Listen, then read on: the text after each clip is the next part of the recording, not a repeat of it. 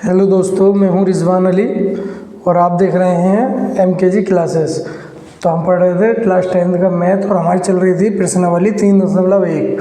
तो 3.1 में हमने पहला दूसरा सवाल कर लिया था। पहले सवाल में वही था कि हमें ये देखना था कि समीकरण में जो रैखिक समीकरण दिए होते हैं, रैखिक समीकरण युग्म, उनको हम तुलना करने पर A1 A2 B1 B2 C1 C2 से तुलना करने पर हम ये देखते हैं कि उसमें रेखाएं प्रतिच्छेद कर रही हैं, रेखाएं समांतर हैं या रेखाएं संपाती हैं।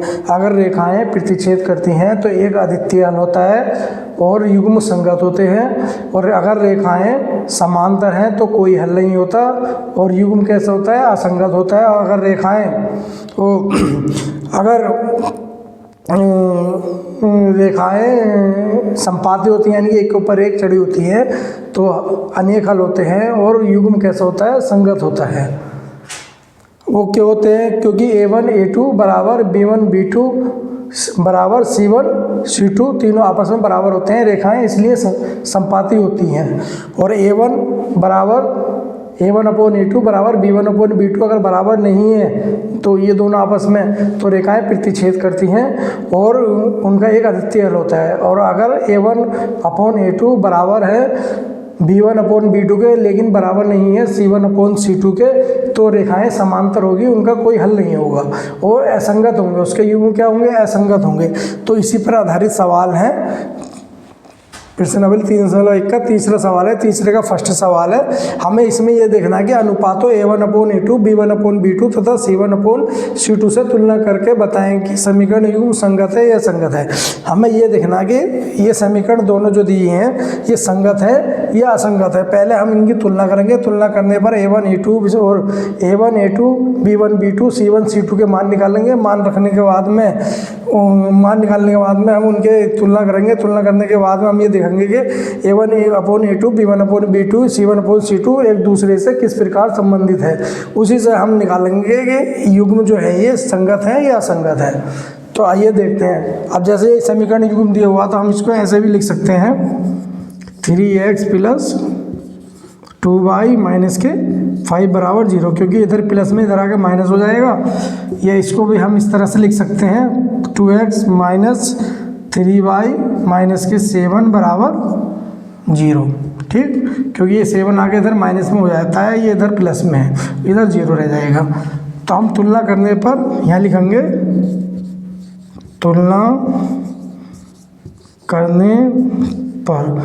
तुलना करेंगे किससे, तुलना करेंगे हम A1x plus B1y plus C1 बराबर 0 और A2x plus B2y plus C2 बराबर 0 से तुलना करेंगे। तो हम देखेंगे कि x का गुणांक यहाँ पर क्या है, x का गुणांक 3 है, तो a का मान कितना हो जाएगा, यानी कि A1 का मान हो जाएगा 3, B1 का मान कितना हो जाएगा, यानी कि B1 का मान y का गुणांक कितना है, 2 है, यानी कि 2 है तो प्लस के 2 हो जाएगा। और C1 का मान कितना हो जाएगा, माइनस के 5। C1 का मान कितना है, यहाँ पर C1 का मान कितना है, माइनस के 5। इसी प्रकार दूसरी समीकरण में देखते हैं तो A2 का मान कितना है, A2 का मान है हमारा 2, B2 का मान कितना हो जाएगा, माइनस के 3, क्योंकि ये माइनस में है तो यहाँ लिखेंगे माइनस के 3। फिर C2 का मान कितना है, C2 का मान माइनस के 7। अब हम A1 A2 इनके अनुपातों के मान निकालेंगे। A1 A2 B1 B2 और C1 C2 के अनुपातों का मान निकालेंगे। तो यहाँ लिखेंगे हम A1 अपॉन A2 बराबर कितना है, A1 का मान 3 और A2 का मान कितना है, 3/2। ठीक, फिर B1 अपॉन B2, यानी कि B1 का मान कितना है हमारा 2 है और B2 का मान कितना, माइनस के 3, 2 अपॉन माइनस के 3। अब चूंकि यही A1 A2 और B1 B2 ही आपस में बराबर नहीं है, इसलिए हम C1 और C2 के मान नहीं निकालेंगे, क्योंकि पहली ही समीकरण हमारी बराबर नहीं आ रही है। तो हम लिखेंगे यहाँ पर चूंकि A1 A2 बराबर नहीं है B1 अपॉन B2 के। चूँकि A1/A2 और B1/B2 आपस में बराबर नहीं है, इसलिए रेखाएं प्रतिच्छेद करेंगी। चूँकि ये मैं बता रखा हूँ पिछली क्लासों में, अगर ये दोनों आपस में शुरू के बराबर नहीं होते हैं तो रेखाएं प्रतिच्छेद करती हैं और उनका एक अद्वितीय हल होता है और युग्म रैखिक युग्म संगत होते हैं। इसलिए यहाँ पर लिखेंगे, इसलिए रेखाएं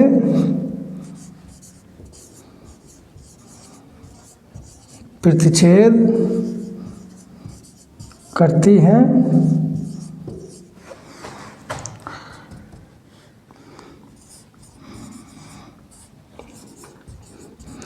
एक हल होगा, इसलिए एक हल होगा और युग्म संगत होगा। अगर हल होगा तो संगत होगा, हल नहीं होगा तो संगत नहीं होगा। युग्म कैसा है? संगत है। इसका मतलब ये हो गया युग्म संगत है। चूंकि एक हल है, एक हल हो या अनेक हल हो, युग्म उस शर्त में हमेशा संगत ही होगा। अगर कोई हल नहीं होगा, कोई दो रैखिक समीकरण दिए हुए हैं और उनका कोई हल नहीं होगा तो उसका ये मतलब युग्म भी असंगत होगा। इसी तरह हम इसका दूसरा सवाल करेंगे, उसमें अलग शर्त लगाएंगे। इसके बाद तीसरा सवाल करेंगे, उसमें अलग शर्त लगाएंगे। तो एक करके हम तीनों शर्तों के अनुसार तीनों सवाल कर लेंगे। तो इसका आप स्क्रीनशॉट ले लीजिए। फिर इसके बाद हम करते हैं दूसरा सवाल।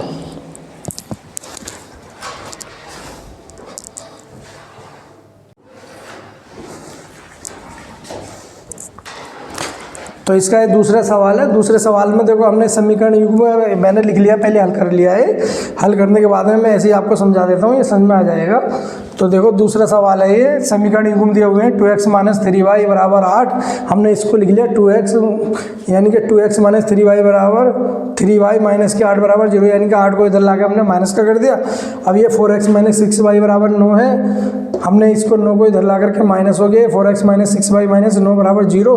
अब इनकी a1x + b1y + c1 = 0 से तुलना करेंगे तो a1 का मान हमारा 2 आ गया, b1 का मान हमारा -3 आ गया और c1 का मान -8 आ गया। इसी प्रकार दूसरा समीकरण जो है इसकी तुलना हम a2x + b2y + c2 से तुलना करेंगे तो इसका मान आ जाएगा a2 का मान आ जाएगा 4, b2 का मान आ जाएगा -6, ठीक, और C2 का मान आ जाएगा -9। ये मान निकालने के बाद में हम इनके भी संबंध देखेंगे, यानी कि A2/A2 यानी कि A1/A2 का मान निकालेंगे। इनके अनुपातों का मान निकालेंगे हम। A1/A2 का मान 4/2, 2/4, 2 से 4 को काटा, 2 × 2, 2 दूनी 4, 1/2 आ गया। इसी प्रकार B1/B2 का मान निकालेंगे तो -3/6, B1 का मान -3, B2 का मान -6 है। तो हम इसका मान निकालने के बाद में इसका मान भी ये कितना आ रहा है, B1/B2 का मान कितना आ रहा है 1/2। लेकिन C1/C2 के अनुपातों का मान निकालने पर हम देखते हैं कि इसका मान 8/9 आ रहा है, जो कि बराबर नहीं है A1/A2 और B1/B2 के अनुपातों के मान के बराबर नहीं है। तो हम इसको लिखेंगे, चूंकि A1/A2 बराबर है B1/B2 के, लेकिन बराबर नहीं है C1/C2 के, इसलिए रेखाएं समांतर हैं, कोई हल नहीं है। और युग्म क्या होगा? असंगत होगा। रेखाएं समांतर हैं तो कोई हल नहीं होगा, युग्म असंगत होगा। इसी प्रकार ये दूसरी शर्त के अनुसार सवाल था। अब हम तीसरा सवाल देखेंगे जो तीसरी शर्त के अनुसार होगा। इसका स्क्रीनशॉट ले लो, बाकी अगला सवाल देखते हैं।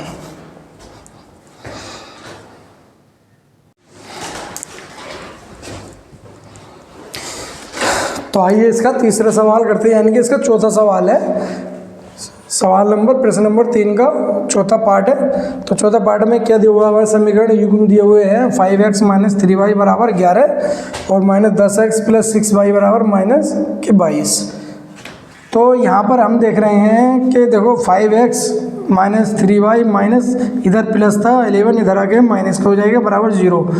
अब इधर देखो -10x + 6y = -22 था, लेकिन हम देख रहे हैं यहाँ अलग है, यह चिन्ह माइनस का था, यहाँ प्लस का है। तो हमने क्या काम कर रहा है, हमने ऊपर वाले में माइनस से गुणा कर दिया। जब माइनस से गुणा करा तो ये माइनस वाला प्लस का हो जाएगा और प्लस वाला माइनस का हो जाएगा, इधर भी ये माइनस वाला प्लस का हो जाएगा और इधर आकर ये माइनस का हो जाएगा।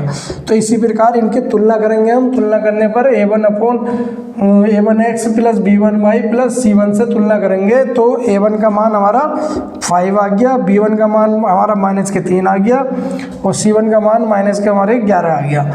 इसी प्रकार दूसरे समीकरण युग्म की तुलना करेंगे a2x plus b2y plus c2 से, तो a2 का मान कितना आ गया हमारा 10 आ गया, b2 का मान हमारा -6 आ गया और c2 का मान हमारा -22 आ गया।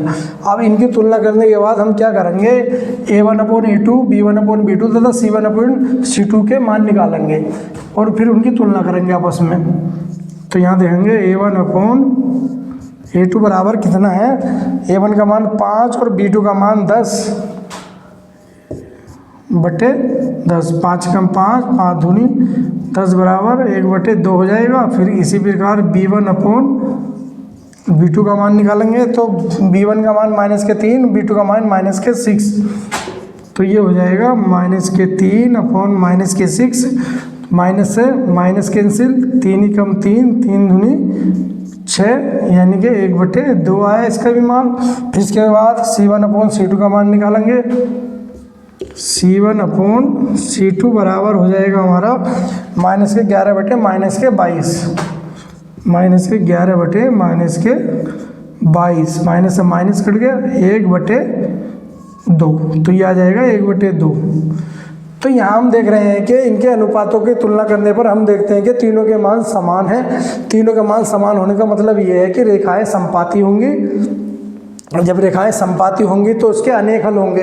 रेखाएं समपाती का मतलब है एक रेखा के बाद एक रेखा के ऊपर दूसरी रेखा, तीसरी रेखा, चौथी रेखा, दोनों रेखाएं, क्योंकि ये रैखिक समीकरण युग्म में, इसलिए दोनों रेखाएं कैसे होंगी आपस में, समपाती होंगी। तो समपाती का मतलब है अनेक हल होंगे और अनेक हल होने का मतलब ये है कि ये युग्म कैसा होगा, रैखिक समीकरण युग्म ऐसा संगत होगा। तो यहाँ पर लिखेंगे हम, चूंकि a1/a2 बराबर है b1/b2 के बराबर है c1/c2 के, यानी कि तीनों ये क्या है आपस में, इन तीनों के अनुपात आपस में बराबर है। बराबर होने का मतलब ये है, इसीलिए रेखाएं समपाती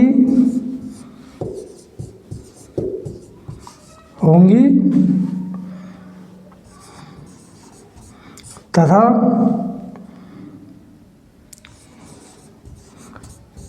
अनेक हल होंगे।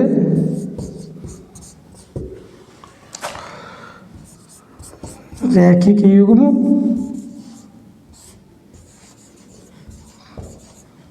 संगत होगा।